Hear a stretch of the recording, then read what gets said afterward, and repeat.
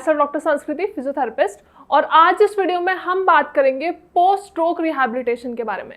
Generally जब भी किसी भी पेशेंट को स्ट्रोक का अटैक आता है, पैरालिसिस का अटैक आता है, तो डॉक्टर्स उन्हें रिकमेंड करते हैं कि आप एक्सरसाइजेस करिए। और इनिशियल 6 मंथ्स में या फिर 8 मंथ्स तक पेशेंट्स बहुत ज़्यादा एक्सरसाइजेस करने का ट्राई भी करते हैं, डिस्पाइट ऑफ दैट कि उनसे एक्सरसाइजेस हो भी पा रही हैं या नहीं हो पा रही, लेकिन फिर भी थेरेपिस्ट की हेल्प से, अपने केयरटेकर्स की हेल्प से पेशेंट्स एक्सरसाइजेस परफॉर्म करते रहते हैं दिन में जितनी बार उनको टाइम मिलता है। लेकिन आज इस वीडियो में हम बात करेंगे पोस्ट स्ट्रोक रिहैबिलिटेशन के बारे में, यानी वो एक्सरसाइजेस जो पेशेंट्स को अर्ली स्टेजेस के बाद करनी है। क्योंकि बहुत बार ऐसा होता है जब पेशेंट्स एक्सरसाइजेस करते हैं उसके बाद उन्हें रिजल्ट्स दिखने शुरू होते हैं, रिकवरी दिखनी शुरू होती है, उनके हाथ पैर मूव करना स्टार्ट कर देते हैं, तो उसके बाद क्वेश्चन होता है कि अब हम अपने एक्सरसाइजेस को मॉडिफाइड कैसे करें। तो आज इस वीडियो में हम एक्सरसाइजेस करेंगे with the help of a bar road. मैं आपको बताऊंगी कि आप कैसे best possible exercises sitting position में कर सकते हो रॉड की हेल्प से। उसमें आपको किसी के सपोर्ट की कोई ज़रूरत नहीं है, लेकिन फिर भी आप अपने असिस्टेंस के लिए अपने साथ में किसी को रख सकते हो ताकि एक्सरसाइजेस के दौरान वहाँ पे आपका कोई पार्टनर है, कोई रिलेटिव है, थेरेपिस्ट है वहाँ पे मौजूद हो। अभी मेरे हाथ में एक स्टील का रोड है, आप कुछ भी यूज़ कर सकते हो, आप घर में कुछ भी यूज़ कर सकते हो। वुडन पाइप है, प्लास्टिक पाइप है, स्टील का, एल्यूमिनियम का पाइप है, कोई भी पाइप आप यूज़ कर सकते हैं। अब आप सोच रहे हो कि हम पाइप यूज़ क्यों कर रहे हैं। इस पाइप का बस इतना ही रोल है कि आपको सपोर्ट देगा। आप जैसे हम एक्सरसाइजेस जनरली परफॉर्म करते हैं तो हम किसी का हाथ पकड़ के एक्सरसाइज करते हैं। लाइक सपोज अगर आपको ये हाथ ऊपर उठाना है तो हम दूसरे हाथ के सहारे से अपना हाथ ऊपर लेके जाते हैं। लेकिन आज इस वीडियो में पर्टिकुलरली इस रोड की हेल्प से हम एक्सरसाइजेस जानेंगे कि कैसे आपको बिना किसी और के सपोर्ट के एक्सरसाइजेस परफॉर्म करनी है with the help of this bar. सबसे पहली एक्सरसाइज जो आपको करनी है वो कौन सी करनी है, आपको अपने हाथ में रॉड को पकड़ना है। मेक श्योर रोड ज़्यादा हैवी ना हो, क्योंकि अगर रोड ज़्यादा हैवी होगी मतलब रेजिस्टेंस ज़्यादा होगा, लोड ज़्यादा होगा, तो पेशेंट्स के लिए, स्पेशली पैरालिसिस पेशेंट्स के लिए इम्पॉसिबल हो जाता है एक्सरसाइज अच्छे से परफॉर्म करना और कंफर्टेबली परफॉर्म करना। तो ये जो मेरे हाथ में रोड है बहुत ही ज़्यादा लाइट वेट है, तो आप भी अपने वेट के अकॉर्डिंग अपनी रोड सेलेक्ट करेंगे। अब हम कैसे एक्सरसाइज करेंगे। पहले एक्सरसाइज के लिए आपको अपने दोनों हैंड से रोड को अच्छे से ग्रैब करना है।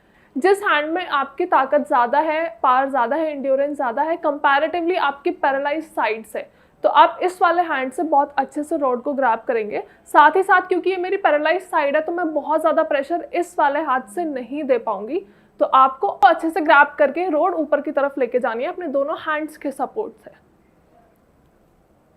Like this.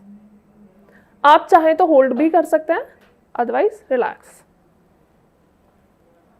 अब इस एक्सरसाइज करते दौरान बहुत बार पेशेंट्स को पैरालाइज साइड में शिवरिंग महसूस होगी या फिर उनके हाथों में दर्द भी होगा। तो आपको ये नहीं समझना है कि ये एक्सरसाइजेस आपके लिए नहीं है, मतलब ये एक्सरसाइज आपको परफॉर्म नहीं करनी है, ये आपको नहीं सोचना है। क्योंकि जब भी हम अपनी रेंज से बाहर कोई भी मूवमेंट करते हैं, मतलब अभी आप कोई एक्सरसाइज नहीं कर रहे हो लेकिन मैंने आपको बता दिया है कि आपको अपने हाथों को ऊपर की तरफ लेके जाना है, तो ये आपकी रेंज से बाहर की एक्सरसाइज है। मतलब आप नॉर्मल डेज में एक्सरसाइज परफॉर्म नहीं कर रहे हो तो थोड़ा बहुत हाथों का कपकपाना, थोड़ा बहुत हाथ में दर्द होना कॉमन है। आपको ये 10 रेपिटेशंस करने हैं और अगर आपका मन है, आप कंफर्टेबल हैं, तो आप होल्ड कर सकते हैं। लेकिन इनिशियल 2 to 3 डेज में आपको सिर्फ रिदमिक मूवमेंट्स करनी है, लाइक दिस 1 2 3 4, रिलैक्स। ये रोड आपको बहुत ज़्यादा हेल्प करेगी आपकी मूवमेंट्स कंफर्टेबल और स्टिल बनाने में। क्योंकि बहुत बार ऐसा होता है कि पेशेंट्स को जब सहारा नहीं मिलता है तो उनका हैंड इधर भी जा सकता है या फिर नीचे भी रह सकता है या फिर आप अपने कंफर्टेबल जोन में अपना हाथ लेके ही नहीं जा पाते। इसीलिए आपको रोड को ग्रैब करके इसकी हेल्प से एक्सरसाइज करनी है। नाउ सेकेंड हम बात करते हैं अपने रिस्ट की। अभी हमने क्या एक्सरसाइज की है, अपने शोल्डर जॉइंट की। अभी अगर हम रिस्ट की बात करते हैं तो आपको रोड ऐसे पकड़ के अंदर की तरफ रोटेट करनी है, like this, and again up. Now again ये भी आप होल्ड कर सकते हैं if you want 10 seconds के लिए। 1 2 3 4 5 6 7 8 9 10, रिलैक्स, सेम अप। अब ये जो मूवमेंट है ये आपके रिस्ट की मूवमेंट है और बहुत बार पैरालिसिस पेशेंट्स के लिए मूवमेंट बहुत ज़्यादा टफ होती है, क्योंकि हम सभी को पता है पैरालिसिस पेशेंट्स की फिस्ट बंद रहती है। तो जब भी आप फिस्ट को ओपन करने की कोशिश करते हैं, ट्राई करते हैं पेशेंट्स, तो एट टाइम्स उनके फिंगर में और उनके रिस्ट में बहुत ज़्यादा पेन होता है। तो जब भी आप रिस्ट की मूवमेंट करते हैं, रोटेशन करते हैं, तो पेशेंट्स को एट टाइम्स पेन फील होता है। तो आपके लिए थोड़ी सी अनकंफर्टेबल एक्सरसाइज होगी, बट आपको करनी ज़रूर है। हम कोई भी एक्सरसाइज नहीं छोड़ सकते क्योंकि आपको पेन है या आप अनकंफर्टेबल हो रहे हो। हाँ, अगर बहुत ज़्यादा सिवियर पेन है, अगर आप टॉलरेट नहीं कर पा रहे हो, तो आप एक्सरसाइजेस छोड़ सकते हैं। लेकिन लेट मी टेल यू, जब भी हम कोई भी एक्सरसाइज स्टार्ट करते हैं, चले पैरालिसिस पेशेंट्स के अलावा अगर हम नॉर्मल इंडिविजुअल्स की भी बात करते हैं, अगर मैं भी आज को एक्सरसाइजेस करना स्टार्ट करूंगी तो इनिशियल डेज में मुझे पेन होगा। तो पैरालिसिस पेशेंट्स बिल्कुल भी ये बात ना सोचे कि अगर उन्हें दर्द हो है तो वो एक्सरसाइज छोड़ देंगे, जो जनरली पेशेंट्स करते हैं। आपको अपनी एक्सरसाइजेस करनी है, लेकिन रिपीटेशंस आप अपने अकॉर्डिंग सेट कर सकते हैं। जैसे पहले दिन आपने 3 की, फिर आप 5, 7, 10 एंड ऐसे ऐसे ग्रेजुअली आप अपने सेट्स इंक्रीज कर सकते हैं। Now third exercise is rotations, external and internal rotations. अब करना क्या है आपको, आप चेयर पे बैठे हो स्ट्रेट, आपको अपनी एल्बो को अपने यहाँ वाली साइड से अटैच करके रखना है लाइक दिस।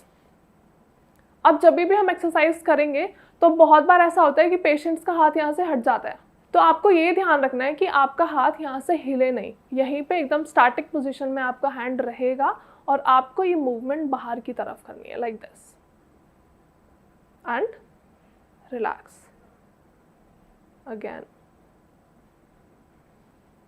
रिलैक्स। ये एक्सरसाइज करते टाइम बहुत बार पेशेंट्स को यहाँ पे स्ट्रेच और पेन भी फील होगा। Then again it is normal, it is comfortable, आप आराम से एक्सरसाइज कर सकते हो, कोई दिक्कत वाली बात नहीं है। लेकिन हाँ, आपको अपने सेट्स, मैं फिर से रिपीट करूँगी, आप अपने तरीके से अपने सेट्स को मैनेज कर सकते हैं। पहले 3, 5, 7, 10, 15 धीरे धीरे आप इंक्रीज कर सकते हो। और ये भी आपका कॉल है कि आपको होल्ड करना है या नहीं। जैसे मैं अभी यहाँ पे इसको स्टैटिक पोजीशन में होल्ड रख रही हूँ थोड़ी देर के लिए, आप भी रख सकते हैं। और अगर आपसे नहीं हो रहा है तो आप वापस नॉर्मल स्टेट में लाओ। Now the fourth and the last exercises, आपको क्या करना है, आपको इसी रोड के सहारे से अपने हैंड्स को बाहर की तरफ मूव करना है। मेक श्योर आपकी बैक स्ट्रेट होनी चाहिए जब भी आप ये एक्सरसाइज करते हैं। Here and then relax. Now on the opposite hand, relax. अब इस एक्सरसाइज को करते टाइम आपको क्या ध्यान रखना है, अभी मैंने सिर्फ और सिर्फ अपने शोल्डर्स और अपने हैंड्स की मूवमेंट किया है, इतना। लेकिन पेशेंट्स कहाँ गलती करते हैं, अपने हाथ के साथ साथ अपनी पूरी बॉडी भी मूव कर लेते हैं। तो इससे होगा क्या, आपकी जितनी भी साइड वाली मसल्स हैं, जो भी आपकी लेटरल मसल्स हैं, मांसपेशियां हैं, वहाँ पे दर्द होना शुरू हो जाएगा और एकदम से बहुत बार झटके भी लग सकते हैं। आपको एक्सरसाइज एकदम भी झटके से नहीं करनी है, बिल्कुल कंफर्टेबली आप आराम से बैठेंगे और धीरे धीरे मूवमेंट्स करेंगे लाइक दिस। बस, ज़रूरी नहीं है कि आप अपना हाथ पूरा पीछे लेके जाओ अगर आपकी कंफर्टेबल रेंज नहीं है। लेकिन हाँ, लेट मी टेल यू, जब आप धीरे धीरे एक्सरसाइजेस परफॉर्म करना शुरू करोगे, अभी आपका हाथ थोड़ा सा बाहर जा रहा है, धीरे धीरे आप पूरी रेंज अटेन कर लेंगे। तो अगर पहले दिन में आप सोचोगे कि मैं अपना हैंड पूरा पीछे ले जाऊं, तो दैट इज़ नॉट पॉसिबल। आप धीरे धीरे एक्सरसाइजेस परफॉर्म करो और आप एक एंड रेंज तक अपनी मूवमेंट लेके आ सकते हैं एंड वहीं पे आपको बेस्ट रिकवरी भी देखने को मिलेगी। जनरली पेशेंट्स कब मोटिवेट होते हैं, कब उनके अंदर पॉजिटिविटी आती है, जब उनको रिजल्ट्स दिख रहे होते हैं। जब वो एक्सरसाइजेस परफॉर्म करते हैं, उन्हें दिखता है कि उनकी मूवमेंट्स पॉसिबल हो रही हैं, उनकी रेंज अटेन हो रही है, तो पेशेंट्स बहुत ज़्यादा पॉजिटिव हो जाते हैं और अपनी एक्सरसाइजेस को अच्छे से परफॉर्म करना शुरू कर देते हैं। आई होप वीडियो में आपको सब कुछ समझ आया होगा, जो भी एक्सरसाइजेस हमने किए विद द हेल्प ऑफ बार, आपको वो भी समझ आई हैं।